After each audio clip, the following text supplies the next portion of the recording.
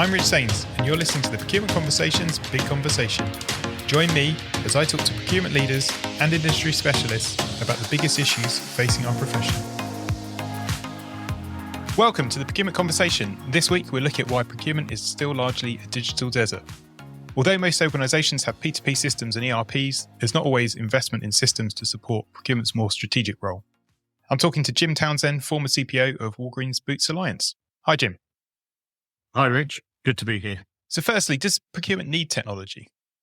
Great question. And I think first, if you think about like a simple organisation, and it needs a real basic thing, but as organisations get more complex, I think the question becomes more pertinent. Secondly, what I would say, and this may sound a strange comment, because I'm a real supporter of technology, particularly in the procurement space, but forget the hype. Think about what's actually important to your organisation. Then third, I would say, I kind of think the answer sort of depends on the potential value the function can bring. So what I mean by that is where's the function in terms of its maturity path? And, the mission of each organization is not necessarily the same. So, priorities will be different in different organizations, be it sustainability, be it resilience, be it cost, be it compliance, be it cash, be it innovation. All of these things are different, and technology plays a different role into that. But what I would say is that all orgs, particularly all large organizations, require the basics of ERP. Most organizations have some form of spend visibility, basic performance tracking of vendors and what have you. And, that sort of seems to be the sort of basis. But, my kind of take, it's about when it's the right time. It's not a question of should it or shouldn't it require technology. It's a matter of how mature is that organization and what's the right time to implement that. And so what I mean by that, Rich, is, if the organization is somewhat immature, then it perhaps needs no further sort of technology investments until it's sort of harvested the low-hanging fruit. And, maybe in the future we'll need that technology to enable it to harvest more fruit. But, I guess the way I would think about it very pragmatically as a CPO is, if you're in an organization where cost is important and you can easily access maybe $100 million of benefits without investing in tech, why would I want to be distracted at that moment around implementing tech? My role, the team's role, is to land the benefits. It's not to implement the tech. And maybe I'll get to a point a year or two down the road where I've harvested that value and I need to invest in new tech to enable me to uncover new opportunities and deliver against those.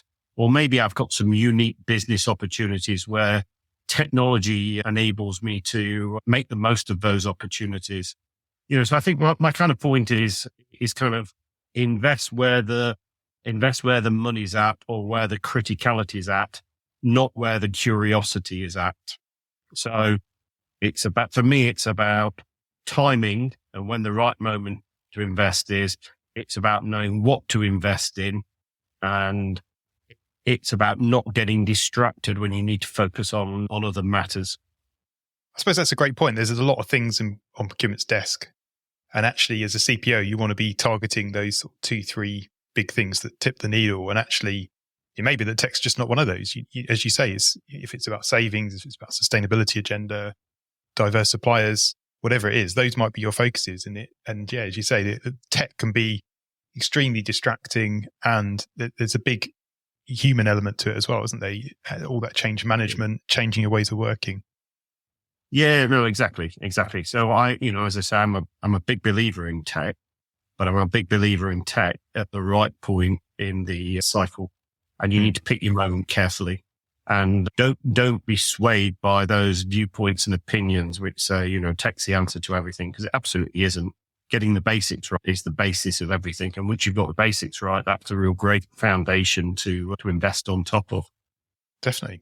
And for those teams that are ready to invest, why do you think it's a struggle to make a business case for tech within those functions and get IT resources to prioritize procurement?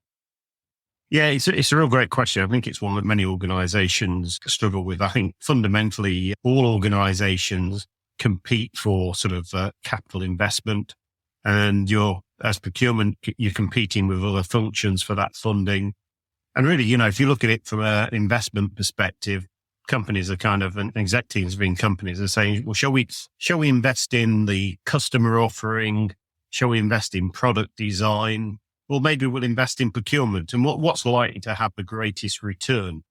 That's kind of part of the challenge. And one needs to be mindful of that when making the pitch for that investment. If you lowball what the returns are going to be, and if you play down the benefits of it, you're probably going to get shunted to the back of the queue. Whereas if you're ambitious for what can be achieved, then that kind of puts you in a much more competitive space. So that's one kind of real key point. Secondly, I would say often procurement isn't influential within the exec teams. And if that's a situation, you need to figure out how you're going to create that influence and encourage those that perhaps don't understand your world of procurement in the way that you do to understand what those opportunities are. If you are influential with the exec teams, clearly it's much easier because often that's a conversation with the CPO, CFO, CEO, Chief Operating Officer, whoever it be, to help them understand the benefits of the investment. And if you've already got a track record of delivery and they believe in you as an individual and as a team, winning over their hearts and minds is much easier. The other thing I would say is quite often organizations think that procurement benefits are kind of smoke and mirrors. There's some kind of set of numbers that are to believe that they often can't find within the P&L or the balance sheet. And I think you have to do what you can to dispel that and show absolute clear line of sight to what those benefits are that you have delivered and that you are going to deliver in terms of the future investment. And I guess a couple of other points that are kind of on my mind. One is that procurement technology seems to have a propensity to focus more on the enablement and foundational rather than those things that truly add value. So if you've got a solution which is delivering real value and it's directly attributable to, I don't know, maybe the P&L, the balance sheet, or maybe your sustainability performance, or maybe real clear, significant compliance risks that you have, then it's much easier to get funding for that. And once you've got that funding and you've kind of secured that, then typically most functions, our IT teams will kind of prioritize that in line with what's been approved. There's no organizations I've worked with where IT have a right to decide what's priority and what's not. It's simply decided by the exec teams and based on what the returns are. So does that kind of help, Rich? It does, yeah. I mean, would you say there's been a number of false dawns within procurement technology as well? So by that, I mean, yeah, I guess solutions that have overpromised and under-delivered over the last sort of 15, 20 years, and maybe some custom solutions that have been built to solve niche problems. And then there's this whole sunk cost fallacy of we've invested a load of money here and it hasn't delivered, so maybe we won't do it again. Yeah, I think so. But I would argue that we're pretty foolish to see them as all-encompassing solutions in the first place. If you look at the likes of ERP solutions that I implemented, SAP 25 years ago at one organization into a procurement function, and we believed it was going to be the solution for 90% of everything we did. And clearly it wasn't. It was great at doing certain things. Now, when you look at some of the broader solutions that are out there, they go beyond the bounds of what a traditional ERP solution did.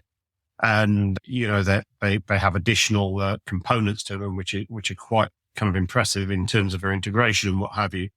But I think when you look at the different dimensions to procurement in terms of the different challenges different organizations in different sectors and different geographies face, there's never going to be one solution that kind of fits all. There's always going to be a requirement for some niche solutions and some different dimensions that perhaps aren't relevant to all areas. So for sure, there's been some faults. And I think what's incumbent on the CPO and other leaders within an organization is to be realistic about what the challenge is. So, and what I mean by that is what's that longer term journey to deliver value?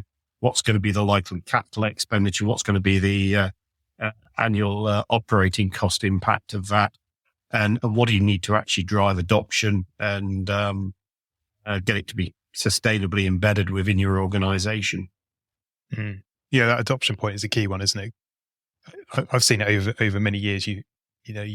something's implemented, but then it doesn't actually get properly adopted. And a lot of that can come down to change management or user interface, whatever it is, but you've got to have people at the center of your procurement digital transformation. Otherwise, it's a waste of money if it's not adopted. Yeah, it is. It is. And I think that's a real challenge because at the end of the day, people can only use so many tools within their day-to-day role. And I think they find it a real challenge to pick up tools, maybe those that they use less, but are required to be used less frequently as well. Actually remembering how to use these tools and using them as and when they're required is not quite as easy as everybody might think it is. How would you say the buyer's toolkit's evolved, say, over the last 10, 15 years, what it was like then as opposed to how it is today? Yeah. I think if you look back sort of 10 years ago, most organizations or reasonably competent kind of organizations had the basics of an ERP solution like SAP or Cooper or whatever it be, or the bolts onto an ERP solution in terms of procure to pay or source to pay. They had spend visibility tools. They had basic performance tracking and all that sort of stuff. Now, all of those tools are still around, but they've expanded into different areas. So I kind of think about this in 2 or 3 different dimensions. One is around keeping me trading. Another is keep us out of jail. And the third one is kind of reduce my operating costs. And, if you think about tools such as active risk tracking, compliant tools such as Dow Jones and the likes. If you think about kind of supply chain visibility tools that we now get that help us with the likes of, US Customs and Border Protection imports, which enable us to demonstrate that we don't have any forced labor within our supply chains. These tools are incredibly helpful for those modern challenges that we have. But quite frankly, we didn't have those challenges 10 years ago in many instances. And then for me, reduce my sort of operating costs, a lot of desktops today, they have some form of workflow or automation tools. You think about things like fair markets and the like, where you have low value sourcing automation and what have you, which can be incredibly useful for taking control of that tail spend and getting some compliance and additional value out of that and actually making it a much better customer experience. So that's something I see.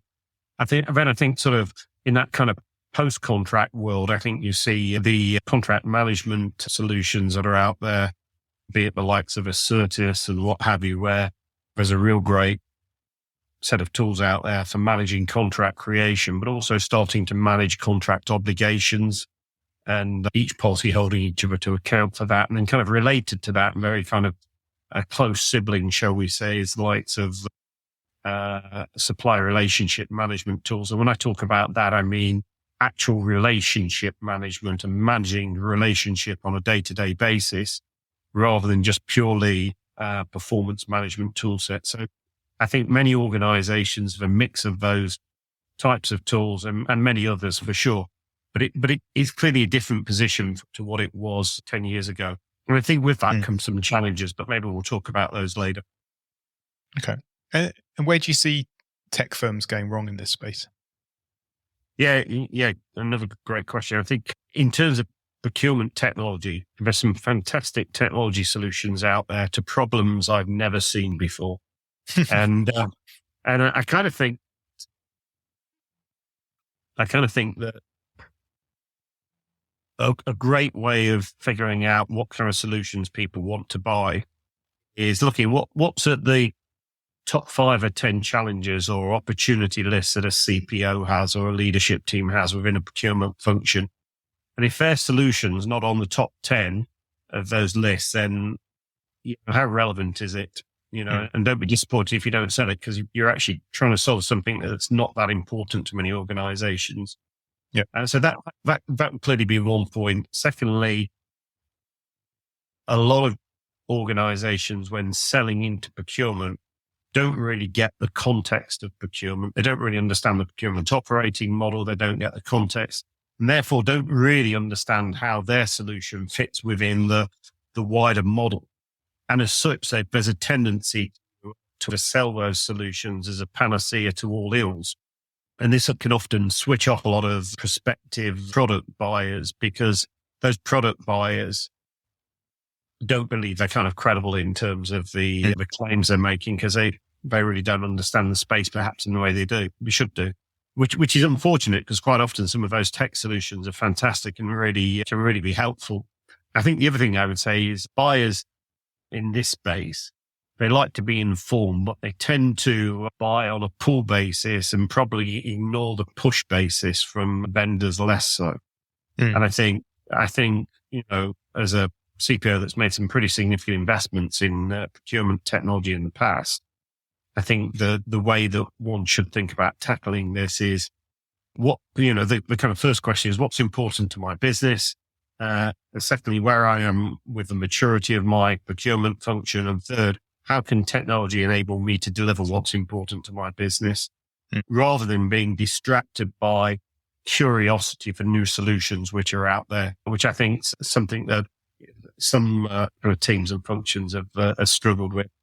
The other thing I would say about tech firms that we kind of get wrong is, do they really understand how decisions are made within a procurement function?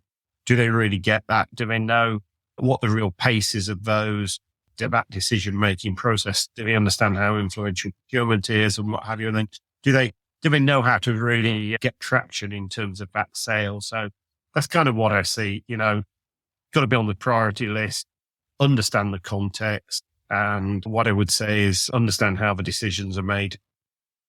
Brilliant. Yeah, I'd say there's definitely, with whatever it is, 4,000 solutions in the space, it's a busy marketplace. For a procurement function, they're not going to be able to scout all of those. And actually, as you say, a lot of them might not even solve key problems for them anyway. So, yeah, a bit of a fool's errand to an extent. Yeah, no, quite. I think it's a fascinating space, and I don't think we can continue having 4,000 or 5,000 different solutions out there. I just don't think there's a marketplace. And I think we'll see some significant changes in that space, but maybe one for later. What tools have you seen that are particularly useful for procurement teams? Well, thinking sort of emergent tech rather than established tech, shall we say. I think workflow, which simplifies a very complex landscape. As I was saying, in the past, maybe 10 years ago, we had a handful of tools on the buyer's desktop. Now we've maybe got 10 or 20 different tools on the buyer's desktop. And that workflow and sort of can put a layer on top of the different solutions and actually make it much easier for the buyers to utilize those tools without having to learn to use all of those tools. And those workflows drive a whole load of efficiency. So I think that's one space which is super interesting. And you've got workflow, I guess, I would say, from an intake perspective, tools like Zip and what have you, kind of quite interesting from that perspective. And then you've got other tools which are driving workflow within the function. So I think they're super interesting. Secondly, I think another area of super interesting. And again, I'm not sure these are all absolutely emergent, but they're not on the majority of desktops of procurement functions and are clearly growth areas. The second tool I'd kind of point out is all around sub-tier visibility. Really interesting stuff. So compliance tracking, as I said, you have to be able to report if you're importing to the USA and soon into Europe and the UK. You need to be able to demonstrate you've not got forced labor within your supply chains. Sub-tier visibility tools enable you to do that, which is absolutely key given the strengthening of regulations within that space.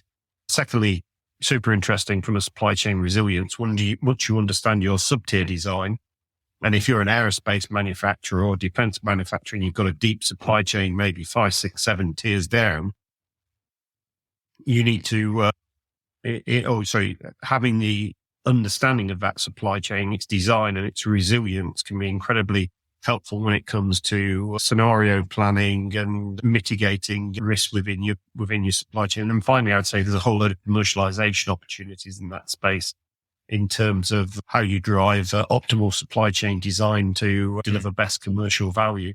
And the final one I would say, sometimes people think as if being a little bit prosaic. The final one I would say is supplier relationship management. And I think that one is super interesting. You look at tools like CPO and those kind of tools. they're not necessarily all about performance management. They're all about how do you manage the day-to-day relations within an organization. And I think that's something which is actually super exciting, improving that efficiency and reducing some of the seams that you see between different organizations as they try and function together. So yeah, really interesting space. Yeah, thanks. And obviously, yeah, big fan of everything Sheldon's doing over at CPO. And I guess the thing for me with supplier relationship management, it's one of those things that over the years hasn't embedded as much as I guess we think it should do. You know, from an intellectual point of view, it makes sense, but then from an investment point of view, there's often a challenge there. I guess like for me, the supply base is a massive asset of any firm in the same way that your employees are also an asset as well. But we've got all the HR systems to manage the people, but we've got virtually nothing to manage the suppliers. So it just seems crazy to me, really. Yeah, no, I think you're right. I think organizations have been fixated with just reporting supplier performance. And sure, that's an important dimension, both in terms of the operation and kind of contractually and all that sort of stuff. But actually having tools around us which help us drive greater innovation, you know, reduces those kind of communication barriers and, you know, clearly define the roles of the different players within the organization and, you know, make that day-to-day sort of activity between different businesses much more transparent and much more straightforward. I think that's kind of where the value is really at, quite frankly. And as you start to gather all that data that kind of goes around that, it'd be fascinating to see what those kind of future insights bring. Definitely. What skills are we missing in procurement to get digital right, do you think? I think the one of it is that we've kind of talked about is kind of the ability to create the case to invest. I think that's super important. And I think what I would say is, kind of adding to what I've already said, is I think you've got to kind of reach for the stars. You've got to be ambitious about what the benefit is. And you need to be confident in making that case. So that's kind of the first thing. I think secondly, know how to leverage value rather than functionality. So what I mean by that is you're investing in technology because it brings new value to the organization. You're not investing in technology because it got some great new functionality, because quite frankly, that's irrelevant. What really counts is what's the value that it's bringing to the organization in terms of compliance, resilience, sustainability, cost, cash, whatever it be that's important. So I think really figure out how you harvest that value from those investments. I think, as we touched on briefly before, I think the adoption space is challenging, and how you embed that within the organization. And I think, again, this landscape is very fragmented. And I think whatever can be done to kind of put a layer above many of these solutions kind of helps. Although that may be a number of years off for many organizations. I think you have to really work hard at the training, the reinforcing of the need to utilize the tools. And, you know, that's something you just have to work at over time until it becomes second nature. And then I think finally, you know, in terms of getting digital right, I think it all comes down to leadership, quite frankly. It's the leadership team within that given function. And, you know, they need to be ready to make that big step in terms of the investment. They need to be ready to drive the issues which are really critical. They need to be ready to reinforce the usage and encourage that kind of take up, and to be held to account to make sure that it delivers the benefits that you said it was going to deliver. What's your biggest tech mistake and what did you learn? Good question. Not to think there was an appetite to invest in procurement at an exec level. So I wasn't as convinced that people was interested in it as I was. When I shared with them the business case and what it was we were doing, they were very interested. Secondly, I would say that as part of that conversation, have the belief that, you know, that if your investment materially accelerates, simplifies, kind of reduces risk, delivers more value and everything else that kind of goes with that, you will have an audience. And then the third thing that I've kind of learned is, as I've said a couple of times already, shoot for the stars in terms of this. Nobody's interested whatsoever in you lowballing your investment, because you won't get it. just a waste of time. Understand what the art of the possible is and shoot for that and a little bit more as well. And is it, I guess it's worth as well lining up with those wider business objectives or wider business programs that are going on, trying to piggyback with those. Is that the best approach there, or is it better to keep it sort of standalone? I think it just depends. It's a great question. Say for example, the company's got a major restructuring program going on, and it's already secured significant funding for that restructuring program. If you can put your investment as part of that program, then clearly it's much easier because it falls into that kind of restructuring approach, and the conversations are much more straightforward. From time to time, you need to do it standalone, but I think if you do it standalone, you still need to have a picture of where does all this fit together. Because when you have the conversation with the CIO, the CIO wants to know, where does it fit in with the architecture? What's the long-term view for technology in this space? Yeah. And actually, that was the next question. So what do you see to be the future of technology and procurement? And I'm assuming that you're not going to say everything will have AI sprinkled over it in the next 6 months. Yeah. Well, I mean, first of all, what I would say is I don't see a landscape where we have 4,000 or 5,000 different companies. I think there's going to be a lot of mergers and acquisitions and kind of consolidation in the space. I think we'll go to a model where the products and solutions are much easier to implement and adopt and integrate into the existing landscape within an organization. I think we'll go to a model where we have more vanilla interfaces, which get away from a position where a buyer needs to learn 20 different interfaces just to do their job. I think those sort of areas I've highlighted in terms of sub-tier, in terms of work and other areas that generate real direct and attributable value to the performance of the company, they're the ones that are really going to kind of win. And I think you have to kind of focus on the process of procurement and not procurement, the function. And what I would say by that is, if you think about the real challenges in procurement, and if you think about something as basic as a sourcing process, or what's often quite basic and I guess sometimes quite complex, if you think about that process, most organizations, it takes them somewhere between 8 weeks and probably about 6 months, I would think, depending on how complex things are. The time that it takes isn't in drafting an RFP. It's not in the internals in terms of that kind of stuff. It's just within the procurement function. It's within the much bigger conversations with around the business, which are, what is it we actually really need to buy here? And that challenging conversation, that toing and froing and kind of pushing on that. And then it's a challenging conversation with the potential suppliers around, how could you develop that solution? What might that solution look like? And those are the things that take time. It's not actually the process of, getting the kind of the RFP together and all of that. It's about the discussions. And I think that's where the kind of real unlock will be in terms of accelerating procurement. Does that make sense? It does, yeah. You mentioned there sort of a cycle time, say 6 months. Would you say that's too long? Or I know it does often depend on the complexity of something you're working on. Yeah. And that's absolutely it. You know what? If I'm buying modules for a space aircraft, 6 months is probably pretty aggressive, I suspect. Particularly if the other party's got to do some preliminary design work to be able to kind of make a quotation for it. Or make a proposal, should I say. On the other hand, 8 weeks is probably too long for a lot of other things as well. So I think to accelerate, you need to look at the different scenarios and figure out what is it that really takes the time.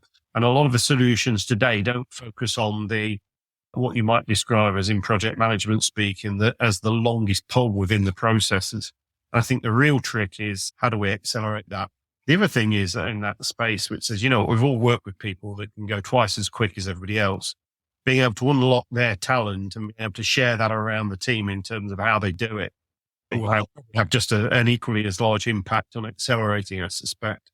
But you're right. I think a lot of those long lead time items within the procurement process are getting the organization to the same place, getting everyone aligned before you move into that contracting phase or actually making that commitment. And actually, the people who do the best there are the ones that have exceptional soft skills, very good influencers, very good at bringing people together, communicating a vision out, and resolving conflict where there will inevitably be some conflict. So that's not a tech issue. You need exceptional people in order to do that, and you need to have the right training and development to get them to that point. Yeah, that's right. I think you're spot on there. What are you up to now, and how can listeners contact you? Okay, so I came back from the US in 2020, late 2022, and I've taken a sabbatical for a few months. And since that, I've been doing some advisory roles, been helping 2 or 3 tech startup companies, a bit of work with private equity. Really enjoyed that. At some point I may decide to go back into a permanent CPO role. Not quite sure. We'll kind of see what kind of navigates, but I'm going to I really enjoy what I do, love the space, and I just want to spend the next 4 or 5 years having an absolute blast at doing what it is I love. And if people want to kind of get hold of me, just connect with me via LinkedIn. I always kind of check my messages on that and always up for a conversation. Well, thanks for joining us today, Jim. Really appreciate your insights. Yeah, thanks, Rich. Take care. Thanks for listening. Do like and share and subscribe to hear the next procurement conversation.